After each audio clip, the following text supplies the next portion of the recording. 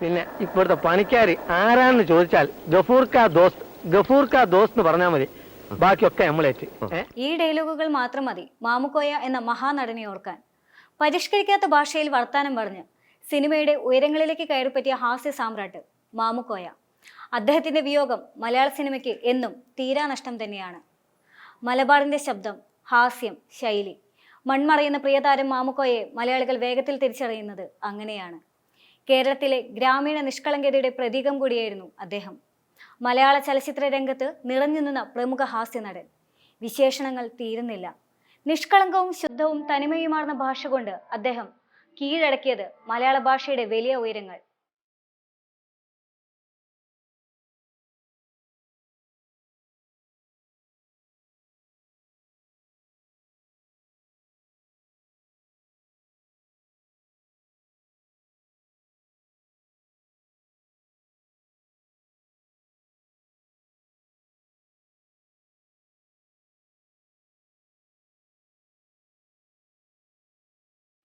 മുസ്ലിയാരായാലും നമ്പൂതിരി ആയാലും നായരായാലും മേൽശാന്തി ആയാലും രാഷ്ട്രീയക്കാരനായാലും മാപ്പിള ഭാഷ വിട്ടൊരു കളി ഉണ്ടായിരുന്നില്ല മാമുക്കോയയ്ക്ക്. അബ്രപാളിയിലെ പകർനാട്യത്തിന്റെ തുടക്കകാലം മുതൽ ഏറ്റവും ഒടുവിൽ അഭിനയിച്ച സുലൈഖ മൻസിലിൽ വരെ ആ ശൈലിയിൽ അദ്ദേഹം നിറഞ്ഞാടി. ഓരോ സിനിമയിലും മലയാളികളുടെ മനസ്സിൽ ഓർമ്മിപ്പിക്കാൻ നിരവധി മുഹൂർത്തങ്ങൾ അദ്ദേഹം സമ്മാനിച്ചു. തപോവനത്തിൽ വണ്ട് എന്ന് അമ്പരക്കുന്ന ദുഷ്യന്തനോട് വണ്ടെന്നൊക്കെ പറഞ്ഞ ഇജ്ജാതി വണ്ട് എന്ന് മൂപ്പിക്കുന്ന ചായക്കടക്കാരൻ കണ്ണുമഹർഷിയായി മന്ത്രമോതിരത്തിൽ പ്രേക്ഷകരെ ചിരിപ്പിച്ചയാളാണ് മാമുക്കോയ. ആ തനതായ ശൈലി ഇനി എത്രയൊക്കെ ഏറ്റുപറഞ്ഞാലും അദ്ദേഹം പറഞ്ഞു ഫലിപ്പിച്ചിടത്തോളം ഒരിക്കലും ഒക്കില്ല. പേരെന്താ എന്ന് ചോദിക്കുന്നയാളോട് ജബ്ബാർ എന്ന് മറുപടിക്ക് തൊട്ടു പിന്നാലെ നായരാണോ എന്ന ചോദ്യത്തിന് അല്ല നമ്പൂരി, ഓർക്കാണല്ലോ ഇങ്ങനത്തെ പേരിടല് എന്ന് മറുപടി പറയുന്നതിലെ സ്വാഭാവിക ഡയലോഗ് ഡെലിവറി സ്പീഡ് മാമുക്കോയുടെ പ്രത്യേകത തന്നെയായിരുന്നു.